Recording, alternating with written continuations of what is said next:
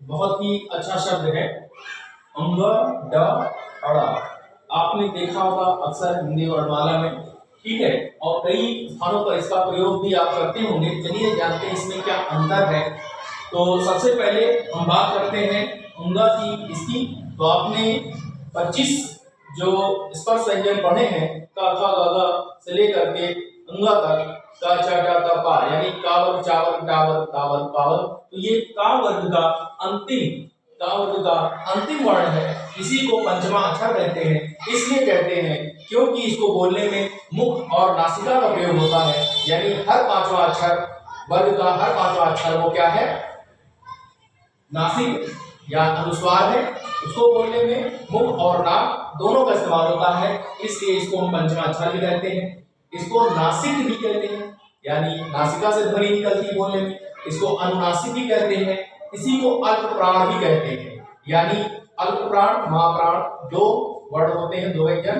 पहला, ठीक है, अल्प प्राण, दूसरा महाप्राण। महाप्राण को बोलने में मुख विवर से ज्यादा वायु निकलती है, जैसे का खा, तो का कहने में कम, खा कहने में ज्यादा, ठीक है, यानी हर दूसरा और चौथा वर्ण जो है वो महाप्राण होता है। और बाकी जो बच रहे हैं वो क्या है, अल्प प्राण है। अल्प प्राण में कम वायु निकलती है, तो ये इसको अल्प प्राण भी कहते हैं, हर अंतिम वर्ण को, पंचमाक्षर को। और ये सघोष भी है, घोष या सघोष एक ही बात है। अघोष और सघोष दो होते हैं, ठीक है, जिनमें मुख के अंदर गले में झनकृत होती है, यानी जब हम कोई वर्ण बोलते हैं तो झनकार जैसा उत्पन्न होता है, उसको हम घोष वर्ण कहते हैं, ठीक है। अब और जिनमें झनकृत नहीं होती उन्हें अघोष कहते हैं। तो इसको बोलने में झनकृत हो रही है जो मुख विवर के अंदर जो है कंकाल तंत्र है हमारा, तो इसलिए ये क्या है, सघोष है। क ख अंगा जितने भी पंचमाक्षर है वो क्या है, घोष या सघोष है। अब बात करते हैं ड की। ड का वर्ग का टा ठा डा तीसरा वर्ण है, टा वर्ग में आता है। इसको स्पर्श व्यंजन भी कहते हैं, ये स्पर्श व्यंजन भी है। इसको मूर्धा भी कहते हैं। मूर्धा यानी जीवा की नोक के आगे का हिस्सा, मूर्धा या मूर्धन। अल्प प्राण भी कहते हैं। अभी मैंने बताया इसमें अल्प प्राण महाप्राण, जिसमें वायु ज्यादा निकलती है वो महाप्राण, जिसमें कम निकलती है वो अल्प प्राण। तो ये अल्प प्राण भी है। सघोष या घोष भी इसको कहते हैं।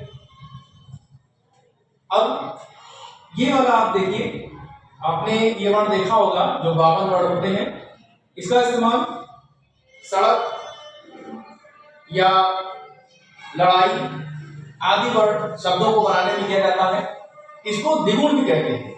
द्विगुण दो वर्ण है वर्णमाला में, र ड़, यानी चढ़ना, पढ़ना, चढ़ाई, सड़क, कड़क, चुनावगढ़ आदि में इसका प्रयोग होता है।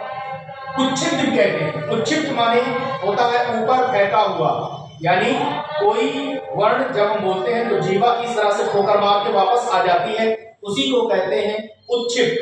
तो ये उच्छिष्ट वर्ण भी है। पद बिंदु, तल बिंदु भी इसे कहते हैं।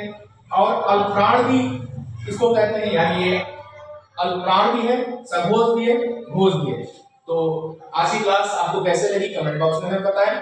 और आपने जाना तीनों समान से दिखने वाले वर्णों के बारे में। तो नेक्स्ट वीडियो में मिलते हैं फिर, तब तक के लिए जय हिंद।